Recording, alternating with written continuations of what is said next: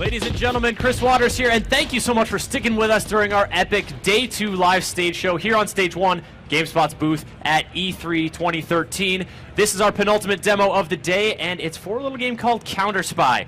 Here from Dynamite are John and David to talk about the game and give us a little bit of a spiel about what it is, because I had to look it up myself, and what I saw I really, really liked. First off, welcome to the stage. Thank you very much. Thank you. Oh, too loud.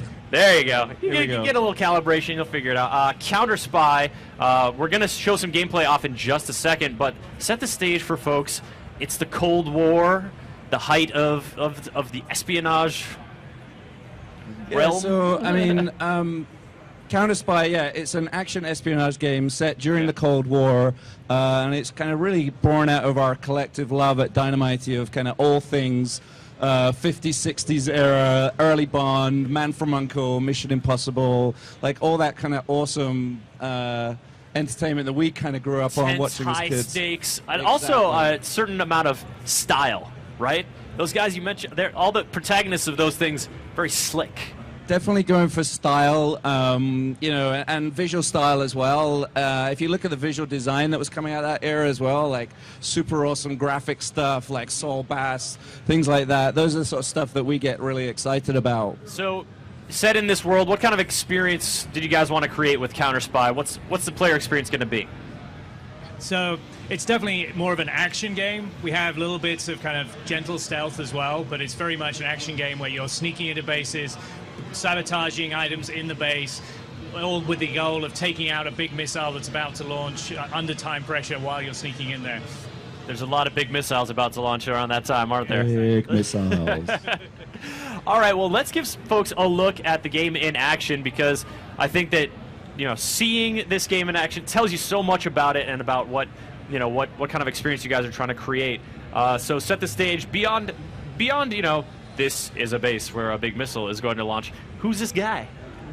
So, your character, you play an agent for Counter.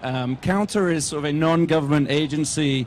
If you think of kind of the mythology of a lot of those classic movies and TV shows, you'll often have, like, in the Bond movies, you've got Spectre, and they're the bad guys, right? Yep. In our game, we've kind of flipped that, where Counter feel like they're the good guys, and the superpowers are the bad guys, because these are the guys that are like, hey, let's build bigger and bigger missiles and escalate this whole thing, and like none of that seems very good to us.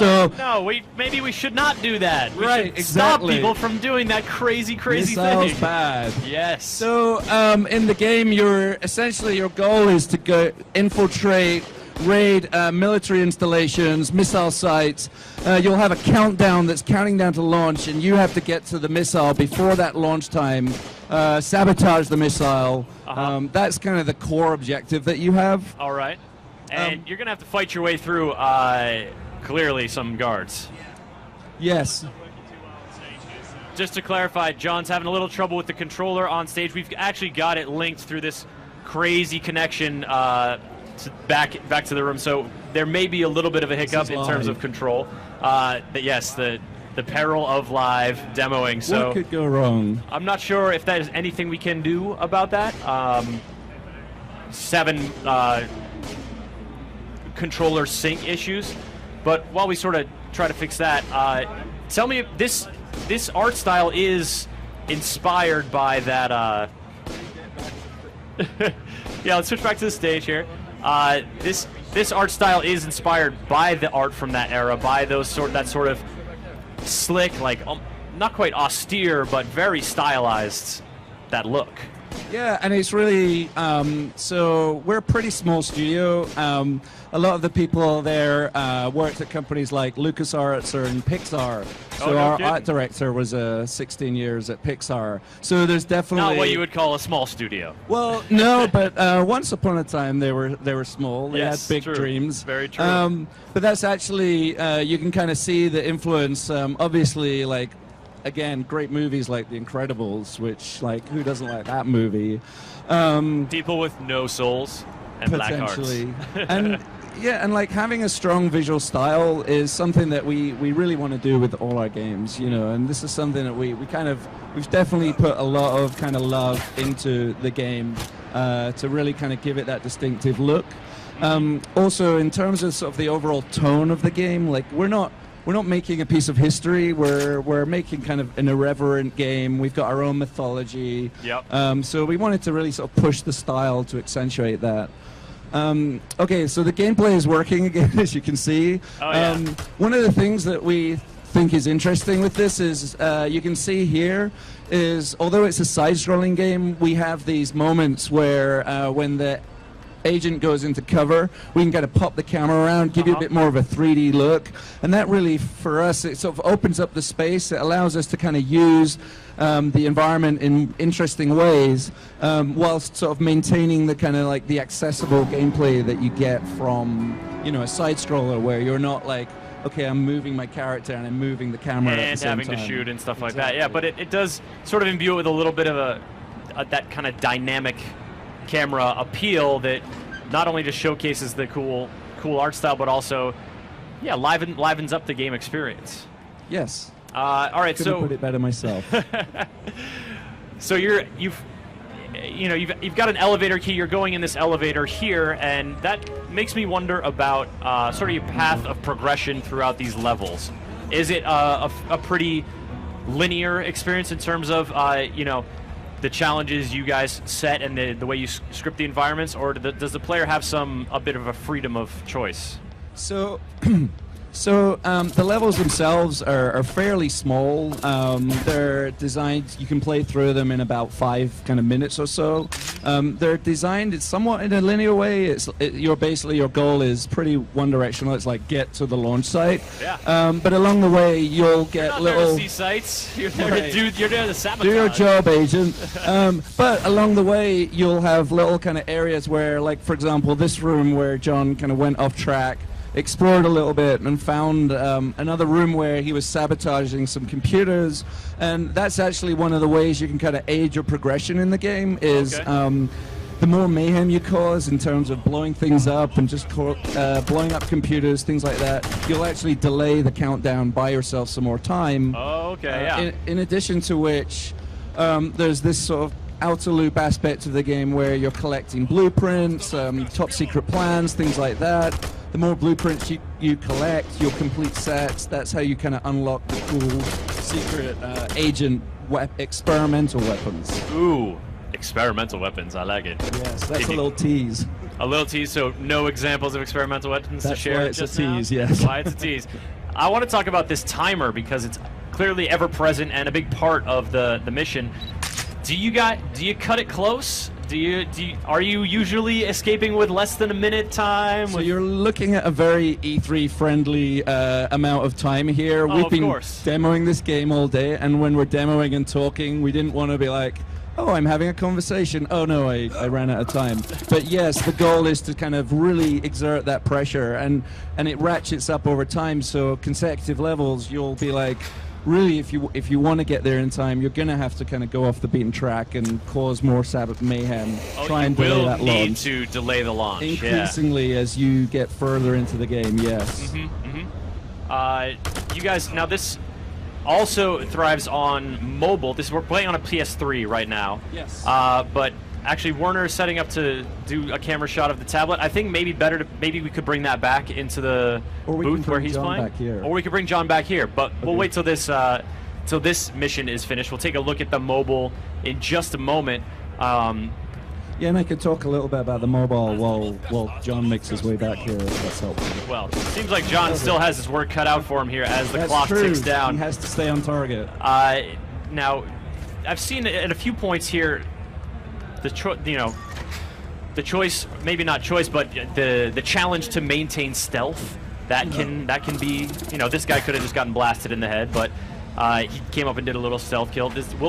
Will stealth help aid you in your progression, or is it just as quick as going loud and taking dudes out? We're pretty light on stealth in this game. I feel like if you're going to do a stealth game, just kind of embrace it and go all in. Like a game like Mark of the Ninja, which I love. and is awesome. It's such a great, pure stealth game. So with this game, we're really focusing on it being a core action shooter, making the cover gameplay fun. So the stealth in the game is just more of the little nuggets, like, you sneaked up behind a guy, you kind of took him out without anyone seeing. You know, if you're trying to goose your high score, things like that will make a difference. You'll get extra points, things like that. Oh, okay, well, let's talk points for a second here, because, you know, you got the timer in there, you've got ways to goose your high score. Where's the competitive element there in terms of like leaderboard chasing or meeting a certain goal? So it's designed to be a single-player game, but we will have kind of leaderboards. You'll be able to kind of match your progress against your friends, and we've got some interesting ideas that again is sort of a tease. But of how we can kind of represent that visually. You know, if you think of games like Jetpack Joyride, Temple Run, you're probably not a million miles away from the type of thing we would do. But yeah, I love games where, you know, you have the high score, but it's really kind of brought into the game experience itself and sort of really affects that experience in some way. Gives you something to care about, or affects your motivation throughout the play, not just, oh, I've reached the end. Exactly. What's my score? Let me see the tally. Level win, John. Level win. Nice work. Imagine a great video of a rocket taking off and blowing up. John's painting a picture of a reward video of the rocket taking off and blowing up in flight, and being your reward for crisis averted. Now, John, you're going to jump into show us a little bit of the tablet. We've got Werner standing by to show the camera. If you want to speak, Dave, you're going to have to just point that mic right in front of his face. Yeah, so basically we spent a lot of time thinking about how we were going to convert CounterSpy onto the mobile devices. Yep. One of the things we really worried about was not wanting to use virtual sticks on the touch device. We feel like that just kind of reminds you that you don't have a controller, and it doesn't really give a great experience. So we wanted to make sure we had something that was more gesture-based. And so the control scheme we're using here on the tablet is basically the whole screen is a button. You swipe to walk, swipe again to run, swipe in the other direction to change direction, and then just tap to stop. And then to pull out your weapon, you just press and hold, and then you can move up and down to aim, and then just press with the second finger to fire. Okay. So now, and that's the free aiming mode, which is distinct from the taking cover situation. Exactly. But the same basic set of controls works just the same when you're in cover. So you double tap to interact with something, and then once, I'll get to cover in a second, once you're in cover, you again press and hold, and that lets you do the aim. Now, this both works really nicely with one hand, so I can press and hold here, put up to aim, and then shoot with the other finger. But then also you can imagine on a phone, you press and hold with one thumb, and then you use the second thumb to actually do the aim with. So it works well on both the sort of more compact devices as well as like the big tablet. All right, very cool. Again, folks, we are checking out CounterSpy with David and John from Dynamite. If you've got any questions, get into the GameSpot comments, the Twitch chat, or hashtag GameSpotE3 on Twitter. But you guys have given us a pretty good look at the game so far. I gotta say, it occurred to me while just watching that along with this sort of Bond aesthetic, with this sort of, you know, different secret non-governmental agencies, you have the idea of the villain, that iconic evil person, that mastermind that you sort of go up against. Is CounterSpy going to have any colorful characters that you run across? Because it seems like maybe that might be up your alley. Well, certainly with the first game, kind of the emphasis is on your agent, your main character as an agent for Counter, the organization. And, you know, going back to what I was saying earlier about that kind of, we're sort of flipping that Bond mythology. So you're a member of Counter. You are the villain. Maybe you think you're the good guys, and you are doing this thing that you feel good. The best villains always think they're the good guys. Right. So there is the kind of like the mysterious, you know, who is that person that's behind the Counter agency? And certainly that's something that we would kind of like to uncover over time. All right, John, David, thank you so much for coming on here, showing off CounterSpy. This is going to be on the PlayStation 3, as well as... Get it up there. Beta, iOS, and Android. Excellent. And when? Later this year. Later this year. All right, guys, thank you so much for coming on stage. pleasure to see you and check out CounterSpy. Folks, we are just on the cusp of our final demo of the day. One more tape segment to toss you to, and we'll be back here shortly to wrap it all up.